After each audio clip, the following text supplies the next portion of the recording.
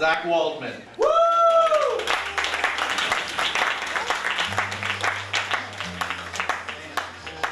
I'm a very special treat. Thanks, Al. Here, let me give me your hand. Put that on my.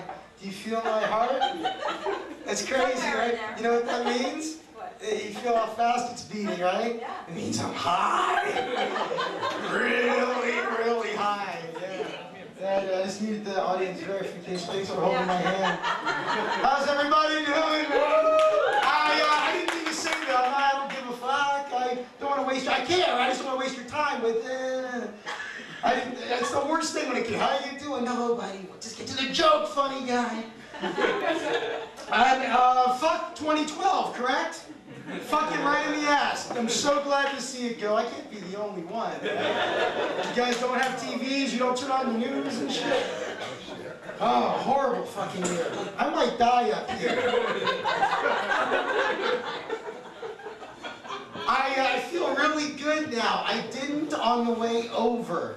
And then it got better. Al went up, and Al, that's only his second time on stage, and he reminded me of what it is to do this from the start and have such big brass balls. All right, so that was on. It made me feel good. I wasn't looking for applause. But it made me feel good. It was like, oh, you should be glad you're here. It's a privilege to be in front of these people. And then I saw Cassie, so pretty, you know, and she just hasn't been living here that long, and she's really funny. And I said to her, do you drink? And she said no, and I was like, oh, she's not a broken soul yet. She hasn't, she's gonna go up there sober. That's ridiculous. Nobody does comedy sober that's been in LA for any length of time. So she reminded me of hope, which she still has and is quickly fading from my life. And then Grant went up and was so fucking funny, and he made me feel good about my hair. And that's a compliment, because my hair was down to like here, and on 12/12/12, a day that will live in infamy, I cut it to look like this, and I looked like Carrot Top. So it's nice not to hear that 20 times a day. Not that I mind Carrot Top, but it's just, I'm going through a bit of identity crisis because I didn't smoke pot for like a little over a week. And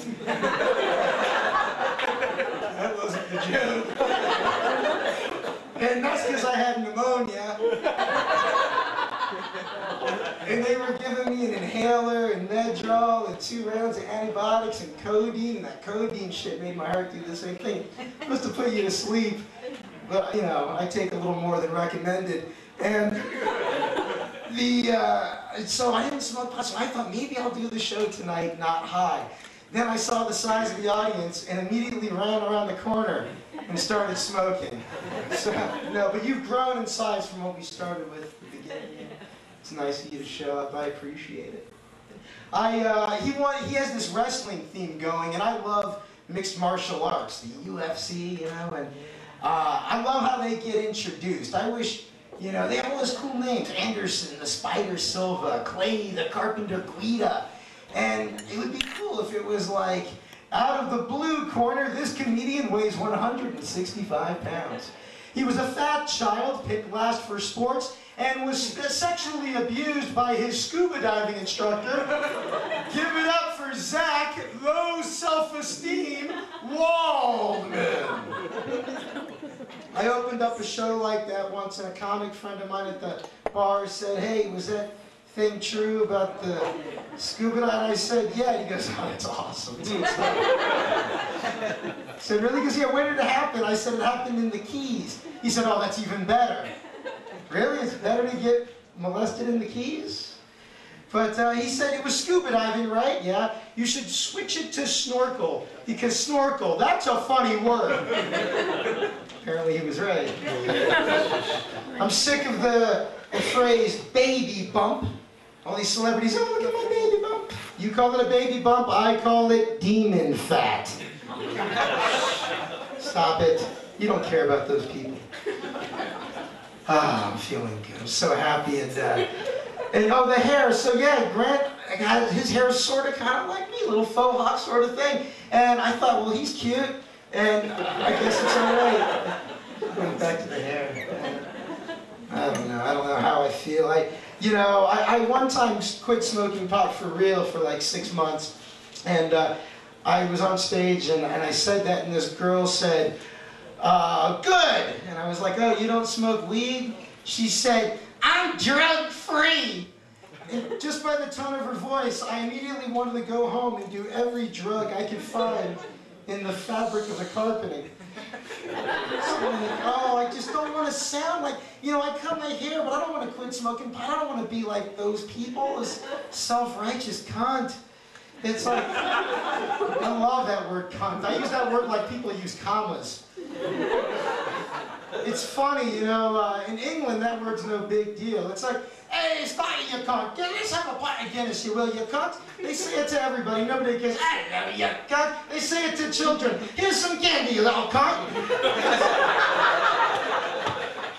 Except over there in England, they're offended by the word fanny. Because over there, fanny's not an ass, it's a cunt. And, so it's really, they've got it correct when you think about it, because when you see somebody wearing a fanny pack, you think, what a cunt!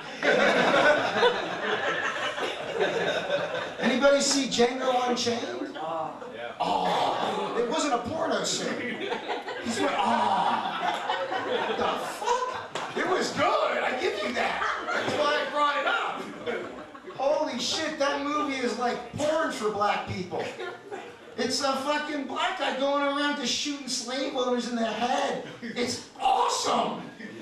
And if I'm a black dude and I'm going, this is what I've wanted to see my entire life. Hollywood has finally made a movie for me. Spike Lee's upset about it because he said that Quentin Tarantino uses the word nigger 110 times. And then Cat Williams said, I'm offended because he uses the word nigger 176 times. I don't know how they get time to count this shit. But I will tell you that I saw Django Unchained and I snuck into it. I went to The Hobbit and then snuck into Django. It was my way of celebrating your Lord and Savior's Day, December 25th. I had a good time as little Jew rebellion. I'm not really much of a real Jew. I'm kind of a weird mix of white trash and New York Jew. My mom was from a tiny town in Indiana, and my dad was from New York City.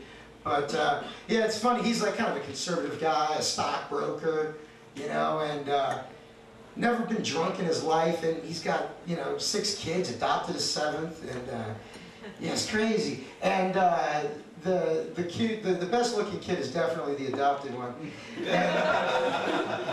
But he's kind of conservative, and my older sister was a professional belly dancer, and my older brother is a professional sax player. I'm a comedian and a magician, and it's like he gave birth to a circus, this poor fucker. Jews and rednecks don't mix. So anyway, though, the point is, I saw Django Unchained, and the first time they say the word nigger in that movie, it's like, oh, there it is. You could feel it in the audience. You could feel like the energy change, like, oh. Even in the news, they say the N-word. Ooh, it's so fucking jarring, an ugly word. But here's the thing that happens.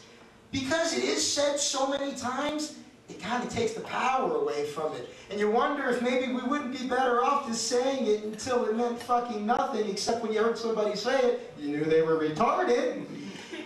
Then maybe you wouldn't have that power. That's all I'm saying. So I actually found Django Unchained. If you're a black dude, I would think that's a great fucking couple hours of your life, man. So it was better than The Hobbit, kind of bit. I love The Hobbit, though.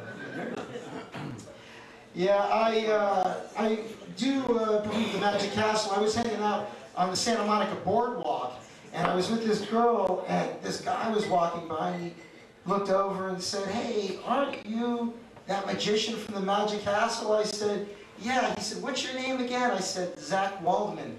He said, yeah, I remembered it was something really Jewy.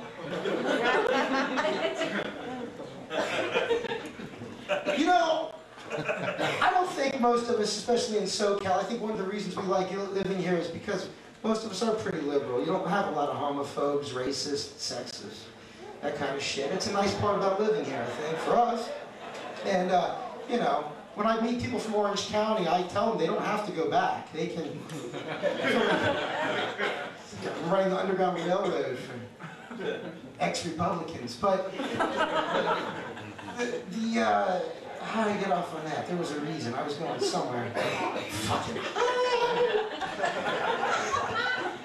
You guys having fun, or just... I don't know if I'm entertaining myself at this point, or you people. Kind of a comedy masturbation set.